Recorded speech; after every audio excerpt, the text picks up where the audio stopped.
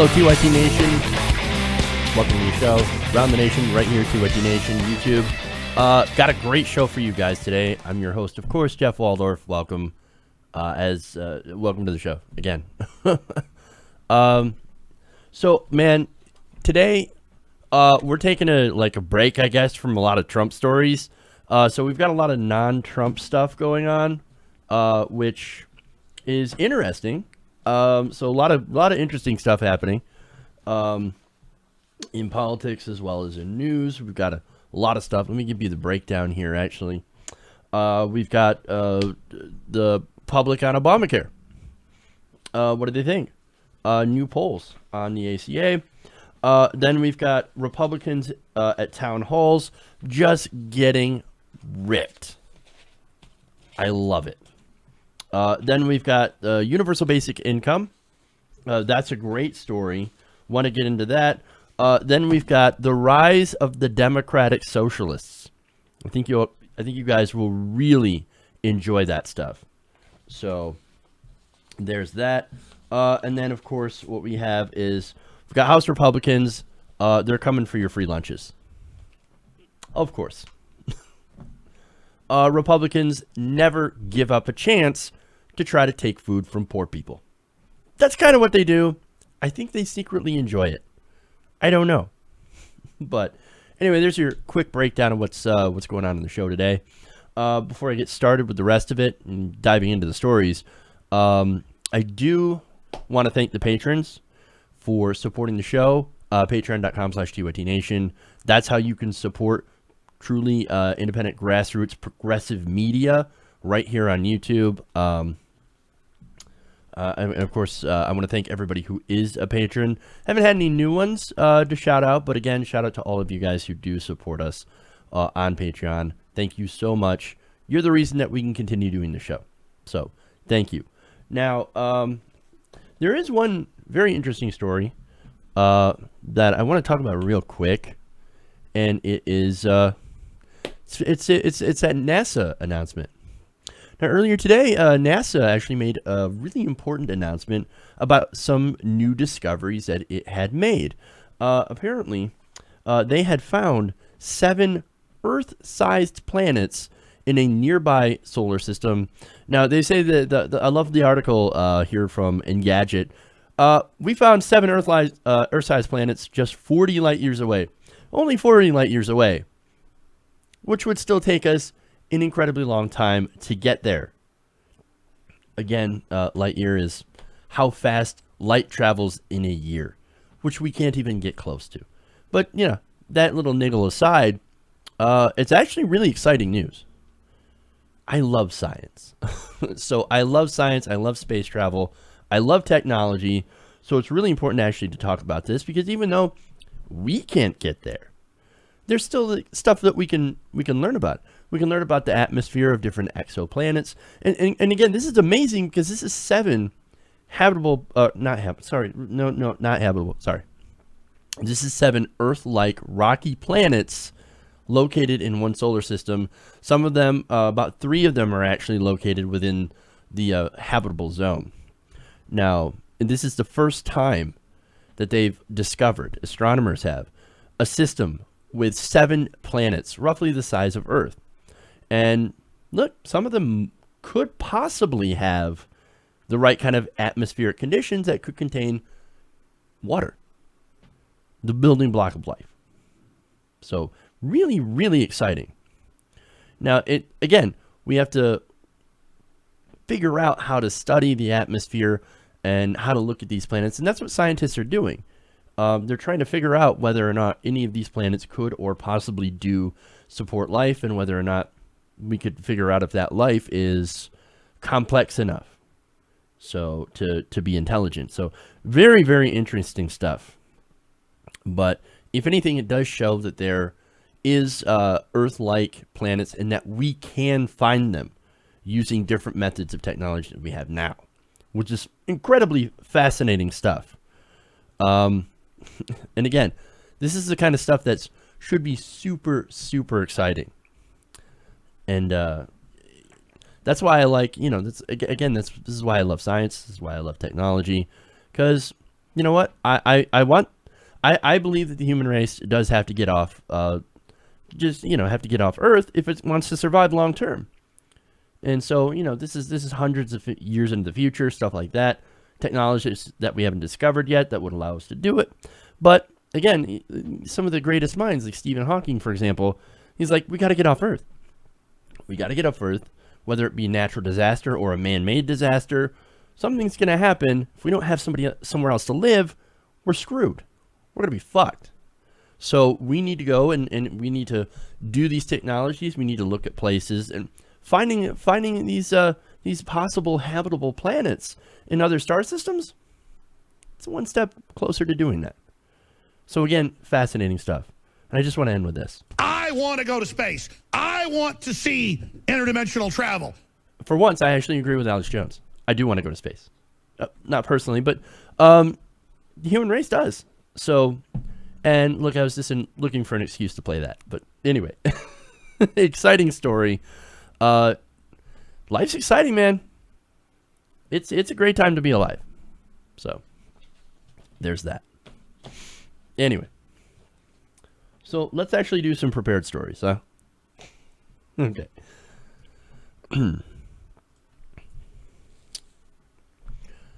It turns out, according to a new poll, Obamacare is now more popular than it was when Donald Trump took office. Now, this is very, very interesting.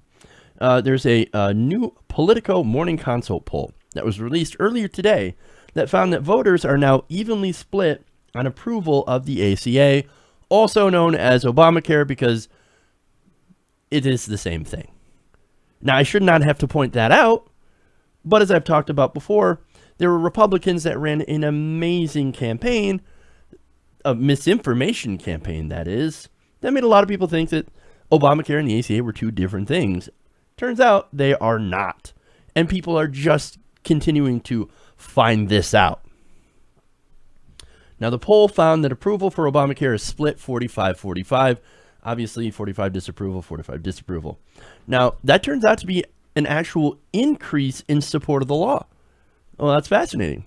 According to a survey in early January before Trump took office, only 41% of voters approved of Obamacare and 52% disapproved.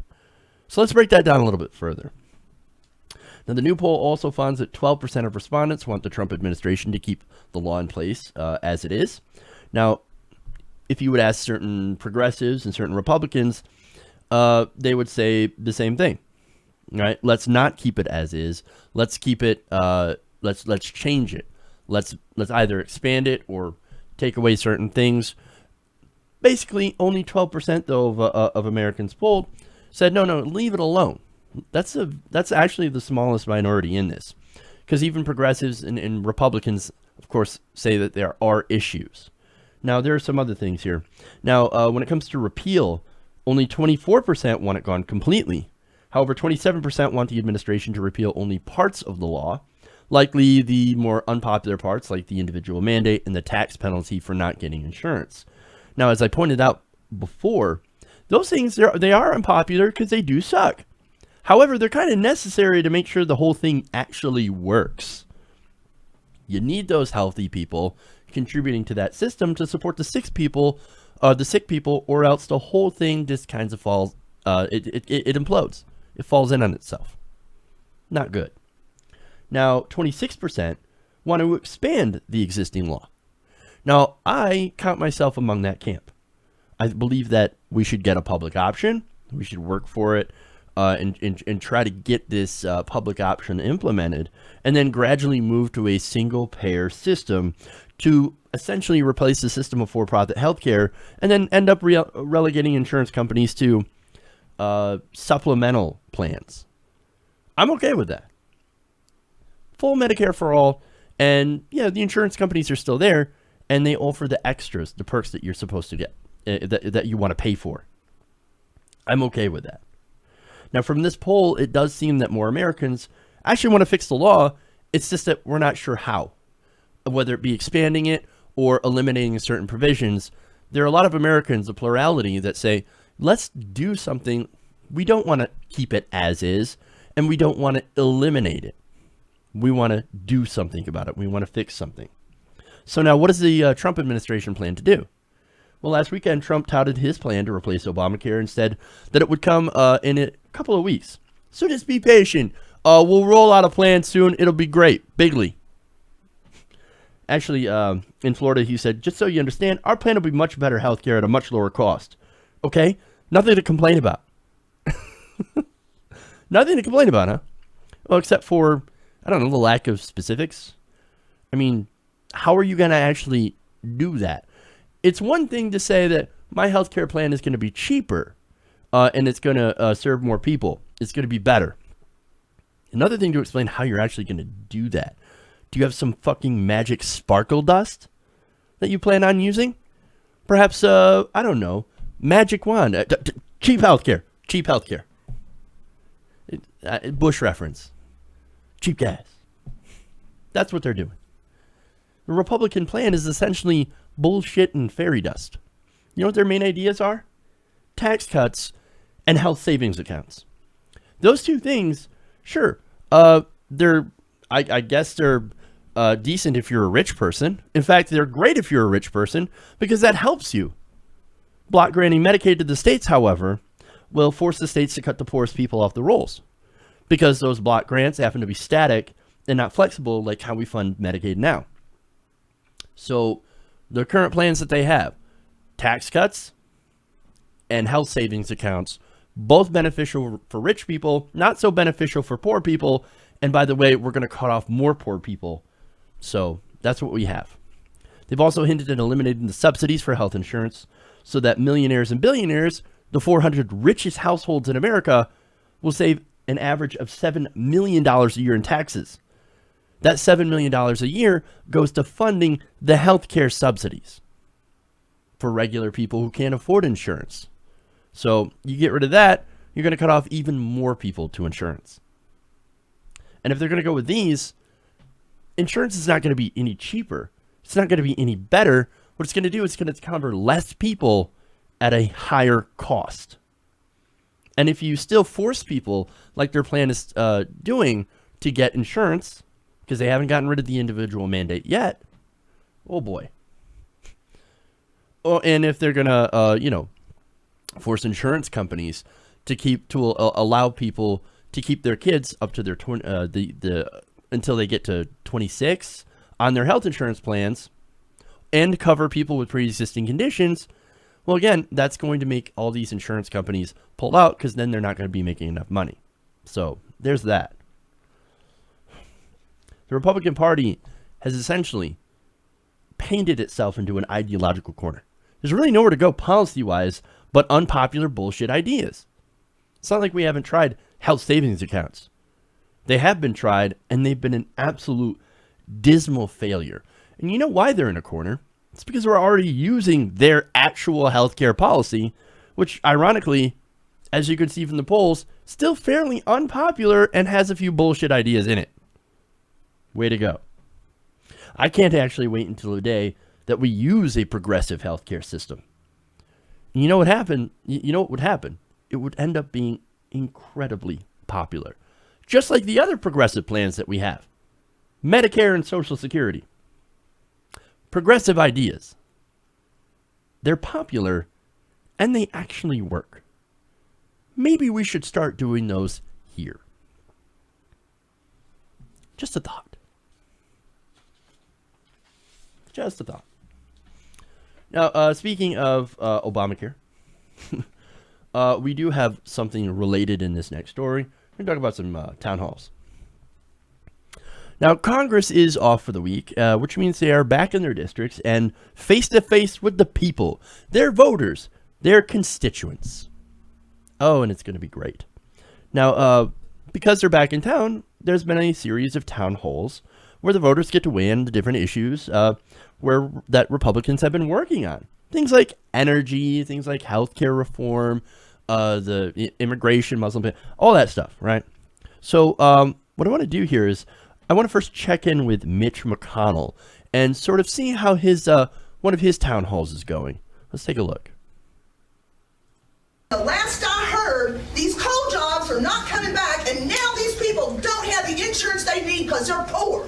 And they work those coal mines, and they're sick, The veterans are sick. The veterans are broken down. They're not getting what they need. If you can answer any of that, I'll sit down and shut up like Elizabeth Warren. I'm sorry. That face at the end, man. The turtle face. Priceless.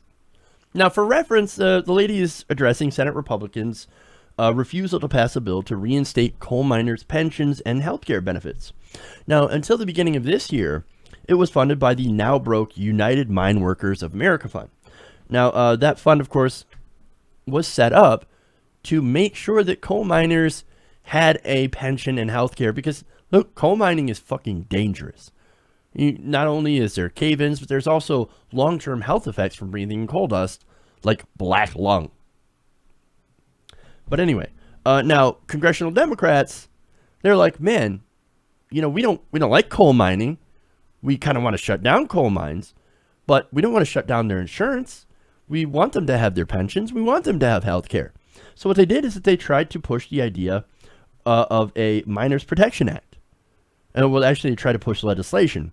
Now, what it would do is that it would require money from a federal abandoned mine reclamation program to pay for pensions and health care of tens of thousands of coal miners, both active and retired coal miners. So, hey, man, you worked in the coal mines all your life? Well, you've earned this insurance. You've earned this pension.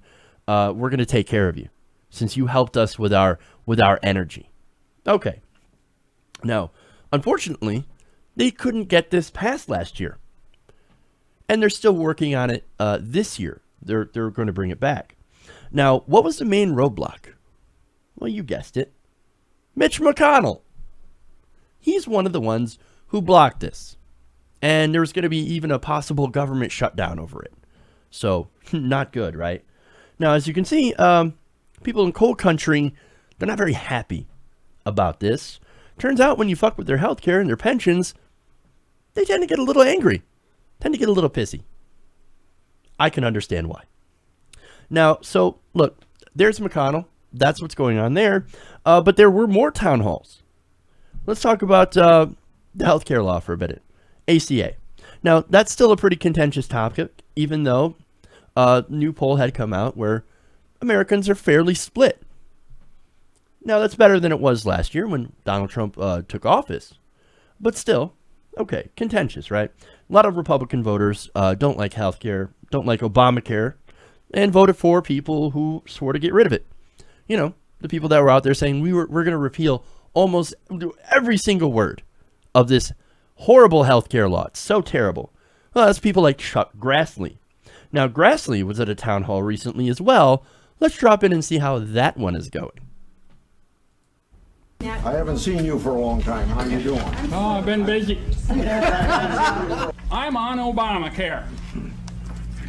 If it wasn't for Obamacare, we wouldn't be able to afford insurance. With all due respect, sir, you're the man that talked about the death panel. We're going to create one great big death panel in this country that people can't afford to get insurance. Don't repeal Obamacare. Improve it.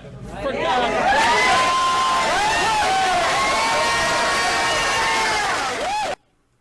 sake. I'm beginning to think that some people actually are starting to like Obamacare. Oh, that's weird. And I'm starting to think that these voters are a little angry that they keep trying to eliminate their health care. Imagine that. Perhaps maybe it's because they found out that Obamacare and the ACA are the exact same fucking thing. And, oh my God. Wait, you're saying the ACA is actually Obamacare? And I voted to get rid of Obamacare? Oh, no. I have made a terrible mistake. Now, look, I love how he brought up the death panels. Death panel.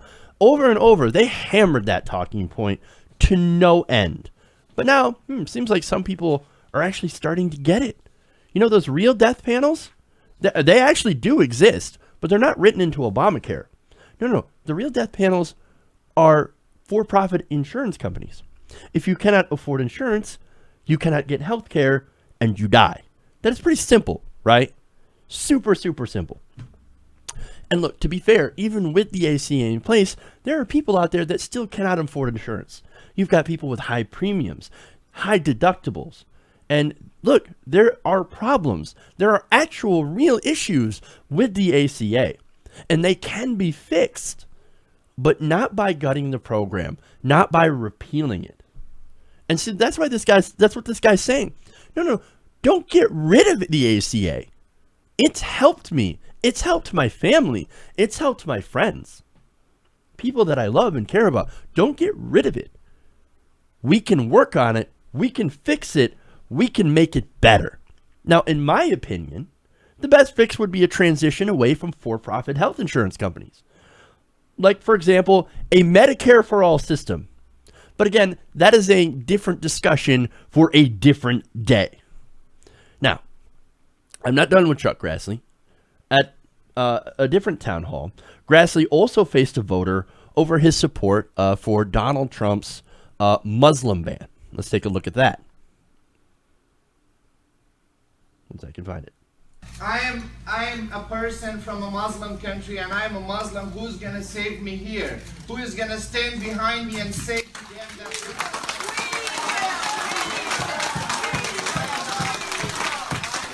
I get shot 2 times. I've been roadside bomb once, but nobody cared about me.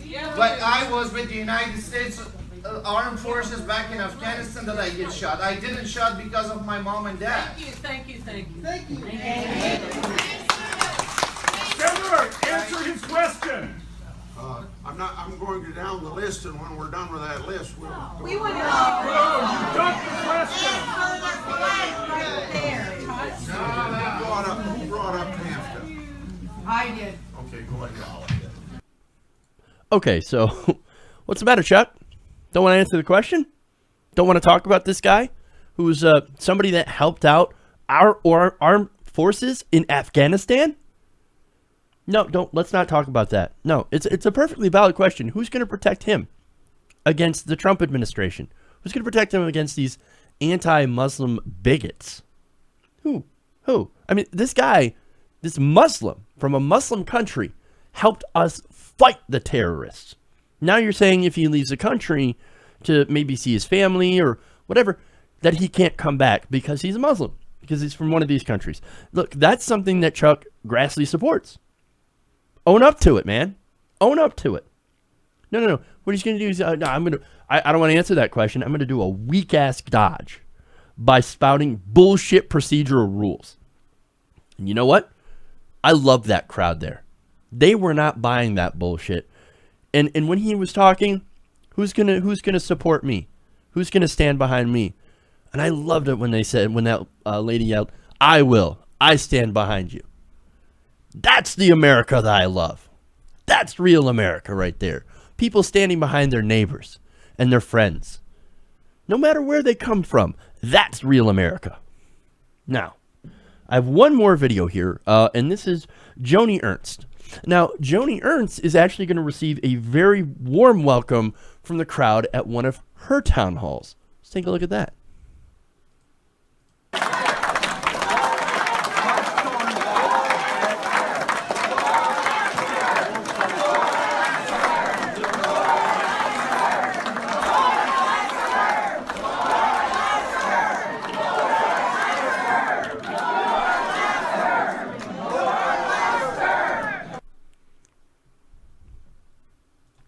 Did I say warm welcome? Well, to be fair, I mean, torches are warm. Pitchforks, not so much. If you didn't hear, they were shouting, "Your last term." Ouch. Ouch.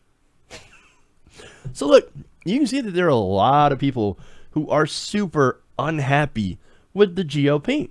And what? They've been in power for, what, less than 2 months? And people are already pissed. Now, look, there are some other Republicans that are vulnerable in 2018. And you know what they're doing? They're actually skipping their town halls in favor of what they say are more easily controllable environments.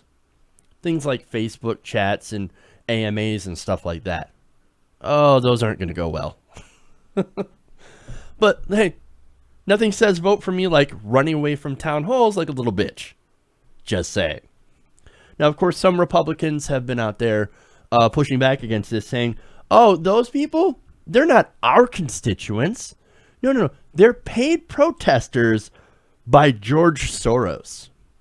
Oh, it's that Soros throwing his money around again. Got any proof of that? Anything? Check stub? Anything? What? Nothing? Didn't think so. In fact, Trump weighed in himself and tweeted this out. Quote, the so-called angry crowds in home districts of some Republicans are actually, in numerous cases, planned out by liberal activists. Sad. Oh, where's your proof? Do you have any proof that these are... and yes, there are some out there that do plan these protests. That's called democracy. But does he have any proof that people are paid by Soros, as others allege? No. They don't have any proof. Sad. Look, I told you before that they were scared and that they were going to get hammered at their town halls. And I absolutely love it. It is democracy in action. It is the purest form of being able to redress your grievances face to face. This, you know what this reminds me of? This actually reminds me of Festivus. I know, it's the weirdest thing, but it is a nonstop airing of grievances. Hey, we got a lot of problems with you guys, and now you're going to hear about it. I love it. And look, don't think that it's just Republicans that are going to get hammered. Corporate Democrats are going to hear it too. So watch out, Claire McCaskill. Watch out, Cory Booker, Joe Manchin, Heidi Heitkamp. Watch the fuck out. The progressives are coming for you next. People shouldn't be afraid of the government, man. The government should be afraid of the people. The politicians that don't serve us need to be challenged. And if they don't actually represent the people, then they should be replaced by others who do. If you serve the corporations and the special interests, whether you're a Republican or a Democrat, you gotta go. You gotta go.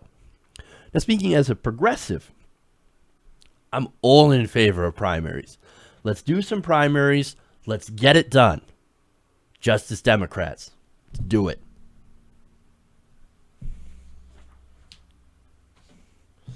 Oh, I love town halls. They're awesome. All right. So let's switch to something different. Let's talk about a universal basic income. This is a great story. All right. The robots are coming for your jobs. Literally. Anybody that's been paying attention to technology knows that one of the bigger drivers of employment, especially that's going to happen in the future in low-skilled fields, isn't immigrants. It's not immigration that's going to take the jobs away. It's actually technology. Automation already has cut a lot of low-paying and even a lot of good-paying manufacturing jobs, and as technology has improved, more jobs are going to be lost to that automation. Now, right now, tech firms, for example, have been investing heavily in research and development of things like AI. You've got Tesla with their driverless cars, Amazon with workerless shops, and even you even have Google that's trying to develop smarter than human software. Now, look, on some of those, that actually may be pretty far away, but on some of those other things, kind of close. And even so, robots themselves that are already working on the lines, they're getting better. They're getting cheaper. So, look, we could be 20 years, 40 years, 50 years, even sooner, maybe, away from full automation. Now, look, there's benefits to that, obviously. However, it also could be a bad thing. Now, I've said it before, and this was actually during a conversation with Benjamin Dixon. Now, you want to check that guy's show out on YouTube, Benjamin Dixon Show. Great guy, right? Now, I was talking to him about this, and I mentioned how automation, how I see two paths going forward once automation really starts to hit its peak. Now, number one is a bad path. This is not the good path, where automation kills a lot of jobs, and you end up with a permanent underclass of unskilled workers that are that end up being incredibly impoverished, living in crumbling cities with no hope of actually making a good life for themselves because the robots have all the jobs. There are no jobs. You're going to live in permanent poverty. Whereas on the other side of that, you've got rich people, a super rich class that controls all of the robots and all of the wealth. So that's not a good path. That's the bad situation. That's like dystopian Hunger Games shit. Number 2 is actually the good path, where we decide as a nation not to leave those workers behind. Now, how do we do that? Well, it's something called a universal basic income, or UBI, which is actually something that was once touted by conservative libertarian guy Milton Friedman. Weird enough. Even Milton Friedman's like, you know what? That's actually kind of a good idea. And I'm like, and that guy was like a super free market guy. So, strangely enough, even he supported it. Now, he had different reasons for supporting it. For example, like being able to get rid of other government welfare programs, less bureaucracy, less government. That fits into sort of the libertarian mindset, right? Now, on that, look, you can support a policy for bad reasons, a good policy for bad reasons, and I'm still okay with that. So there you go. Now, some people, speaking of support, in Silicon Valley are now talking about the possibility of a universal basic income or some sort of idea to be able to help people who are going to be replaced or displaced by robots. Now, in an interview with CNBC in November, Elon Musk, CEO of Tesla, actually backed the idea. He said, quote, "There's a pretty good chance that we will end up with a universal basic income or something like that due to automation." Okay, well, he's just pointing out what a lot of people are seeing coming on the horizon. However, he backed it up later at the World Government Summit in Dubai, and he said that, quote, "A universal basic income is going to be necessary. We are going to have something like that, or bad things are going to happen." Now, Musk obviously is somebody who's saying that this is a necessary thing, but others in Silicon Valley aren't quite going to that level, but they are talking about this. Now, you have Mark Benioff, chief executive of Salesforce. Now, he had warned of creating of AI creating what is known as digital refugees. Now, at the World Economic Forum in Davos in January, Benioff said that there was no clear path forward on how to deal with the job displacement that will occur through automation. Basically, he's saying we've essentially ignored this entire problem, even as technology gets more advanced and is starting to get cheaper to use than actual workers. Now, that has some in the tech industry thinking, hey, you know what? Maybe we should fucking do something about this. Well, okay. Microsoft CEO Satya Nadella said at Davos, quote, "We should do our very best to train people for the jobs of the future." So that's one idea that they have. Now, to do that, of course, people are going to need access to affordable quality education, or for that matter, I believe tuition-free, taxpayer-funded universal education. I think that would help train people for jobs for the future. Now, there's that other component is how are people going to survive if there are no jobs, and you need to get this advanced training to be able to do these jobs of the future. That's where a UBI comes in. Now, before you think, man, these tech firms, they're unusually socially responsible. Well, go them. Well, it's not so much that. I'd like to call it more enlightened self-interest. Experts say that the tech industry is growing more aware of its role in driving future automation and displacement, and companies do not want to be at the heart of any backlash from from the people who are going to be potentially displaced. You have Guy Standing, who is Guy Standing. I just Guy Standing. I love you, dude, but really? Okay. Anyway, I'm sorry. He said, and this guy is a professorial research associate at the School of Oriental and African Studies. I didn't know that was a thing.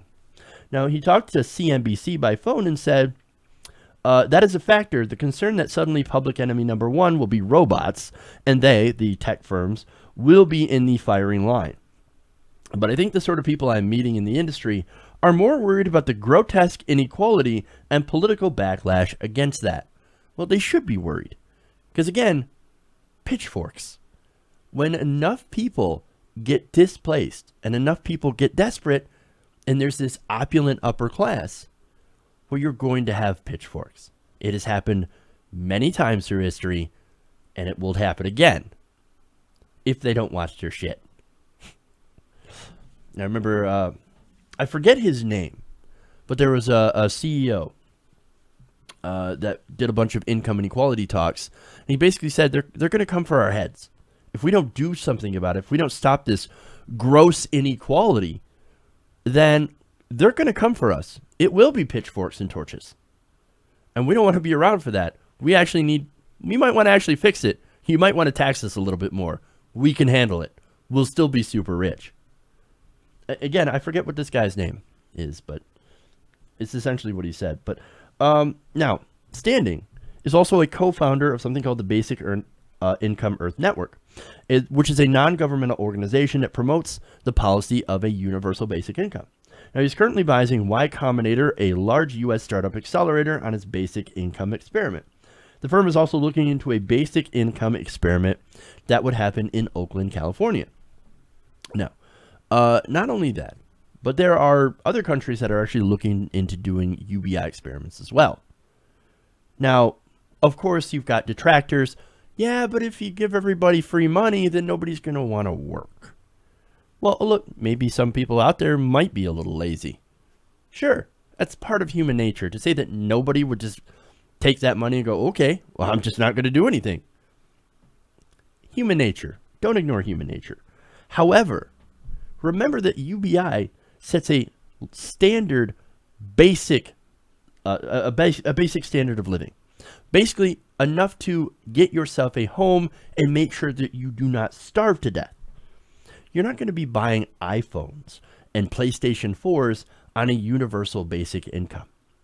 Again, that is just they give you barely enough to survive in these pilot programs. And I could see a program later on, if we were to ever implement one, that would cover just your basic needs.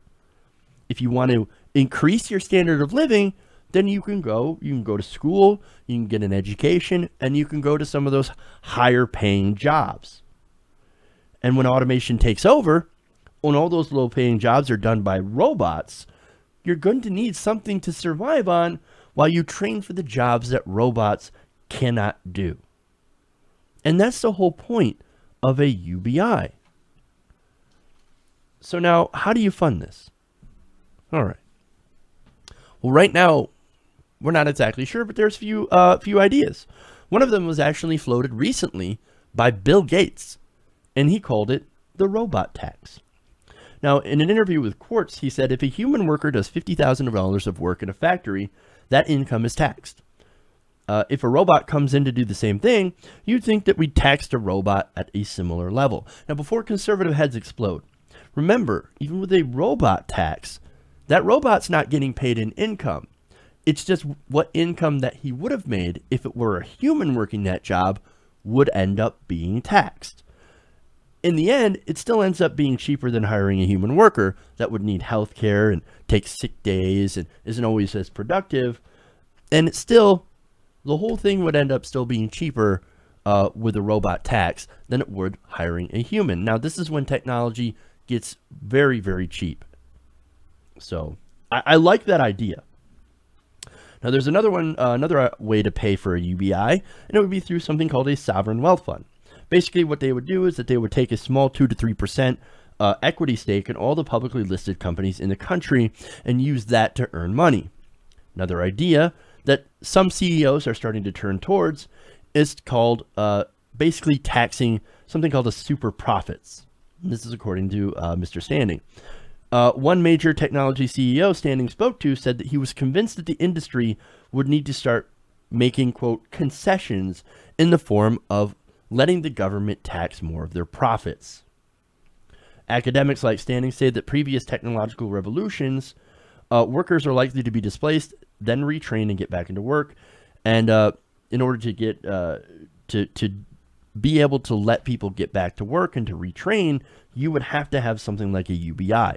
And it would be necessary to give them support as they find new skills. And that's what this whole thing's about.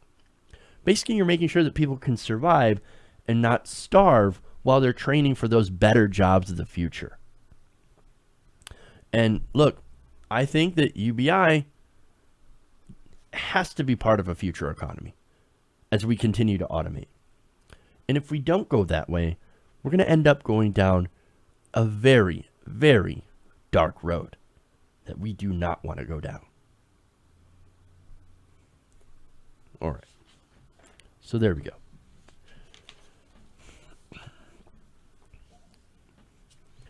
Now we're going to talk about some democratic socialists. So, I think you'll like this story as well. Here come the democratic socialists. They're coming. Reuters is reporting that the group Democratic Socialists of America have ended up seeing a huge surge in membership since the election of Donald Trump. Now, this membership, of course, is fueled by supporters of Senator Bernie Sanders, people who didn't realize that they were Democratic Socialists until they saw the platform of Bernie Sanders. And like, God, that guy makes a whole lot of sense. Wait, you mean there's an entire political philosophy that Bernie Sanders is based on, and that he identifies as a Democratic Socialist? Well, that must mean I'm a Democratic Socialist too. Fascinating. Now, again, Bernie Sanders identifies as a Democratic Socialist, and of course, there are a lot of Republicans, Claire McCaskill, by the way, who's going to get fucking primaried, I almost guarantee it, who came out and said, well, he's a socialist. He's a socialist. He can't get elected because he's a socialist. Wrong. Democratic Socialist. There's a difference. Now, again, he ran against Hillary Clinton in the Democratic primary. And by the way, when he was running, they would do polls where Hillary versus Trump, Bernie versus Trump. Now, I'm not saying anything except that, according to the polls, Bernie would have won. Bernie would have won. I'm not saying anything except for what I just said. Now, back to the Democratic Socialists of America. Now, they're not an actual political party. They're not like the Green Party. They're not like the Democratic Party.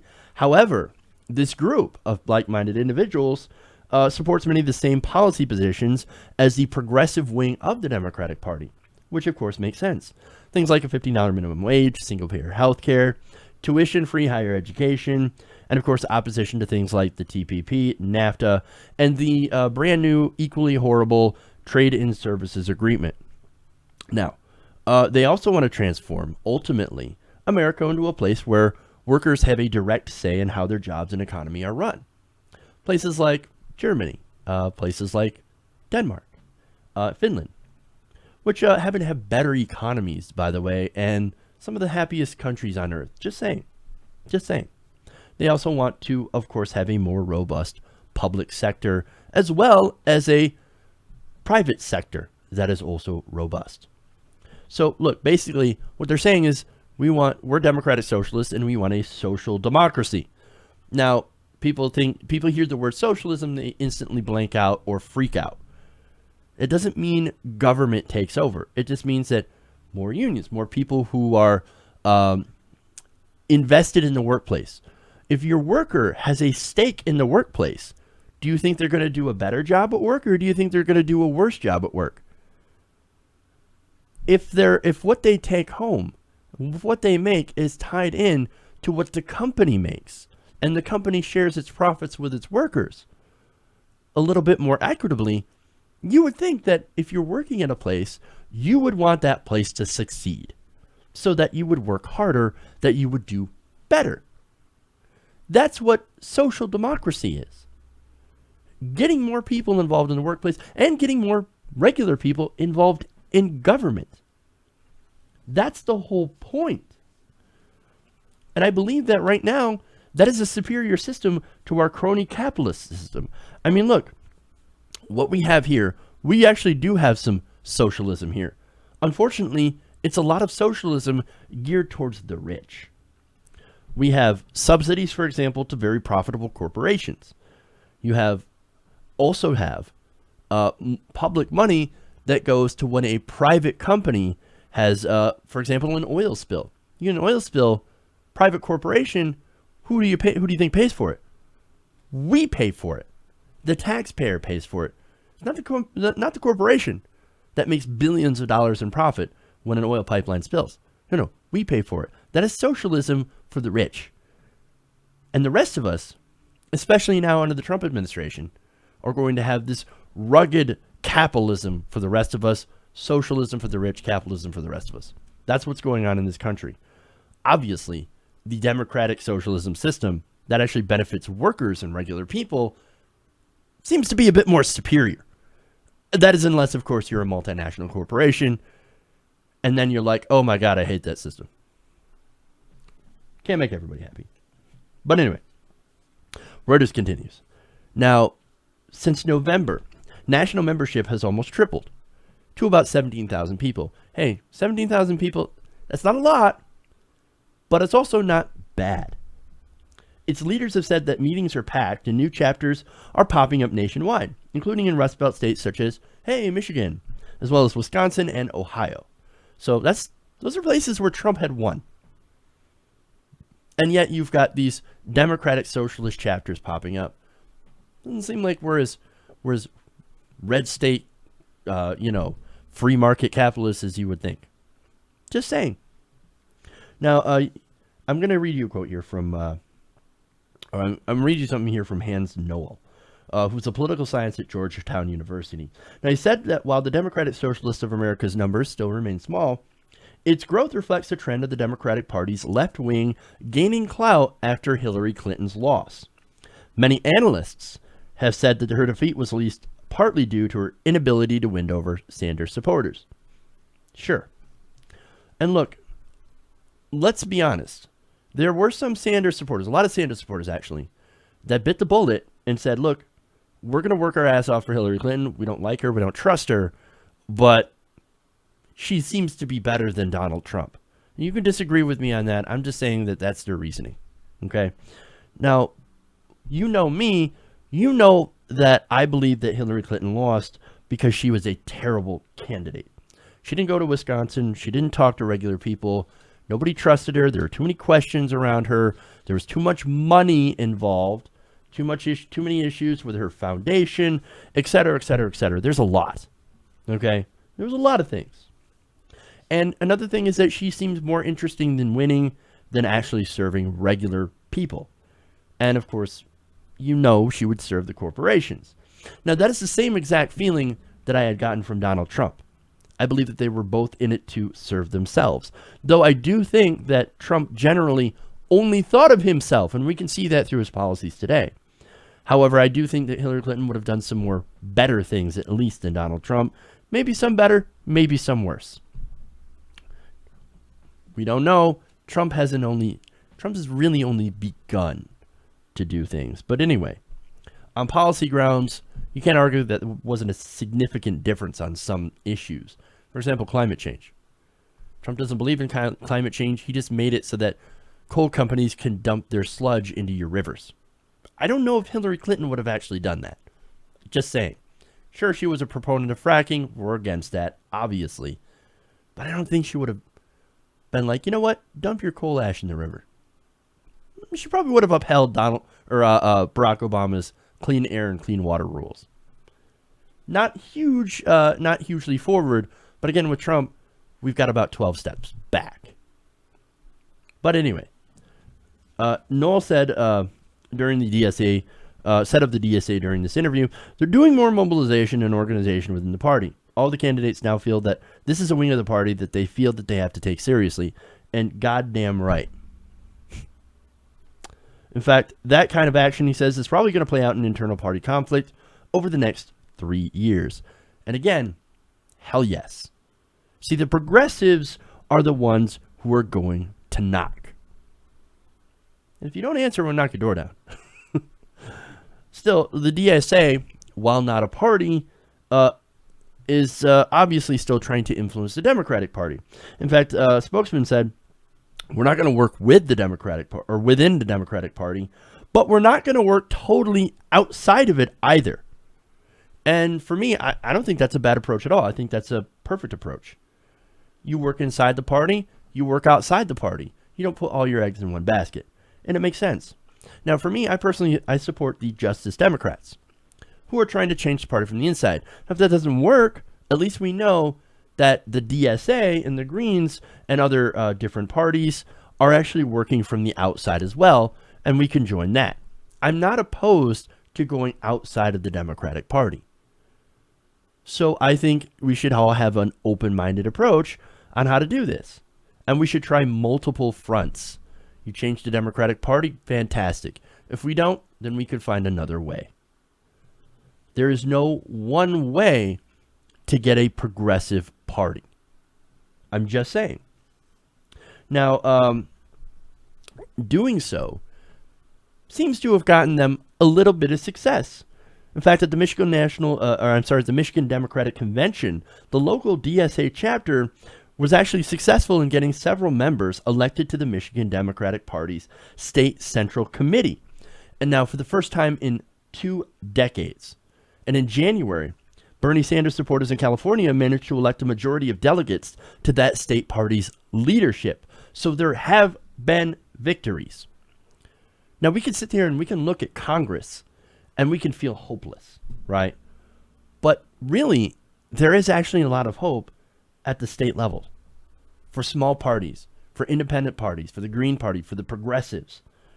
You can look at the state and local levels and you can actually still win there. And I think that's a smart strategy. You actually have to build a real progressive movement from the bottom up. So anybody who's watching this, who has lost hope, who feels defeated, who feels like that nothing that they do is ever going to amount to anything. No, that's not true. Look at these small victories and realize that at the local level, you can make a difference. You can fight back. And groups like the Democratic Socialists of America and other small progressive groups, they are showing you how. Let's get out there and let's fight.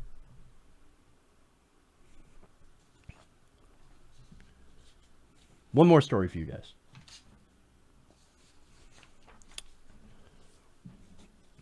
All right. House Republicans are now debating a bill that targets the free and reduced lunch program in schools. Now, because apparently food is overrated and those poor kids should have just been born rich. Or, as Newt Gingrich said, they should have to be janitors while they're at school to pay for their own lunches. Ugh. Here we go. Now, the legislation that is currently in the House Education and Workforce Committee is basically looking to scale back the number of schools in which students receive free or reduced meals. Now, there's also a proposed Republican amendment to this bill that would go even further, allowing a trial period of so-called block grants for school meals in 3 different states. Now, what that would mean is that those states would receive a fixed amount of federal money for students who qualify for the free and reduced price lunches. Now, what that would essentially come to is that you would have tightening requirements to the eligibility rules, right? And so what it would mean for people is that since they've got less money to work with, they would start dropping people off the rolls. Save money by basically cutting everyone else off after a certain point. In some areas, that might make sense. Maybe you don't want to give rich kids the option to get free lunches, not like that they would take it. But really, block granting is just more of a way of sticking it to poor people and only letting the poorest of the poor get access to these free lunches.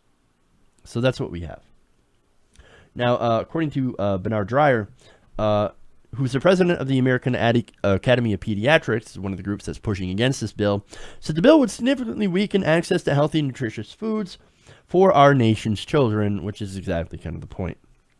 Republicans, however, said that the changes will help save money while ensuring that those with the highest need are still guaranteed meals.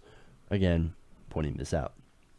Now, the bill essentially would raise the threshold for a government program called community eligibility, in which students in school districts with high poverty rates can provide free meals to all students at the school. That's what it currently does. It would change that so that only some of the students at this high poverty school would have access to these free lunches or reduced price lunches. Now, Republicans said, well, it's just better for taxpayer money. We're going to save taxpayer money. We're going to scale back some of these free meals for some of the students that attend these schools, but don't qualify for free reduced meals. They also noted that the bill provides an increase in federal reimbursements for school breakfasts. Now, the bill would also allow a wider variety of foods to be sold in lunch lines. Now, I wonder who that benefits, allowing more stuff. Now, I get it. You do want to allow more choices, but at the same time, I wonder what the Republicans would be okay with bringing in.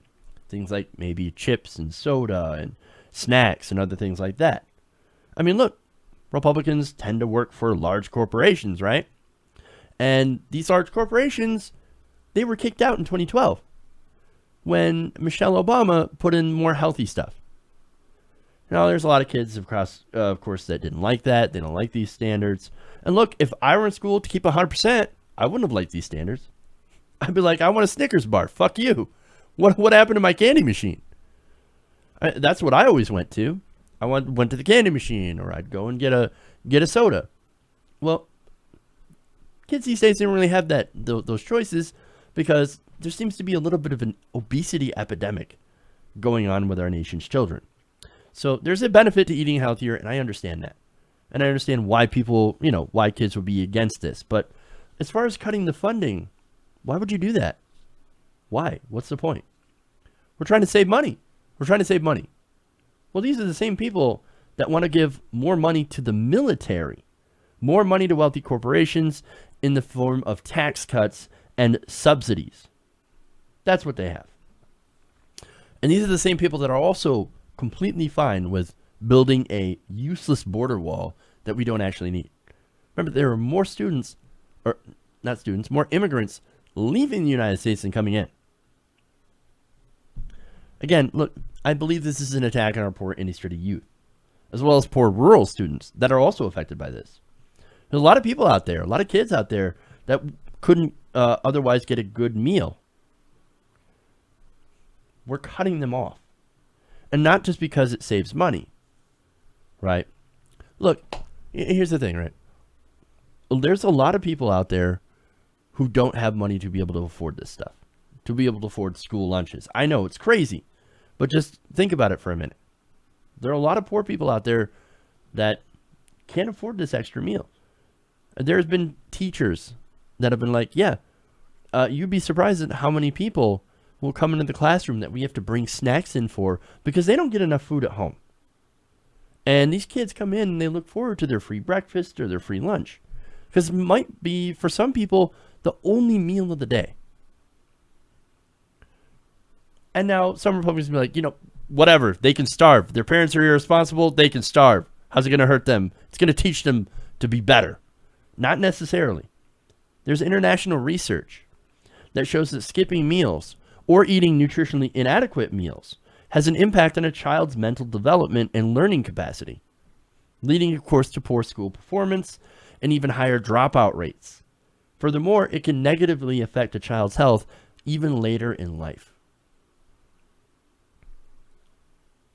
These are the impacts that this school lunch program is there to stop, to make sure people who are poor end up getting a good meal so that they can learn and actually be successful. This is about opportunity. That's what this whole thing is. When Republicans try to cut these programs, they're really saying, we want to cut your opportunity. You are a low-income person. You're never going to amount to anything. So we're just going to eliminate your opportunity. Should have been born rich, sucker. That's what it would have been. They don't care about poor people. And in fact, this is not even a pro-life position to bring that into it. You care about something until it's born, and then, oh, sorry, man, you're out of luck. We're going to make sure you don't get free lunch or free breakfast if you are poor and can't afford it. And of course, this all goes back to not feeding kids, but feeding their donors. Look, if you are poor and you are voting Republican, you are not only hurting yourself, but you're also hurting your children.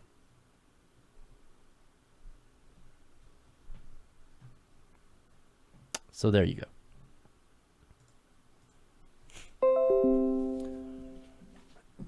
That's it. That's all I got for you today. Thanks for going around the nation with me today.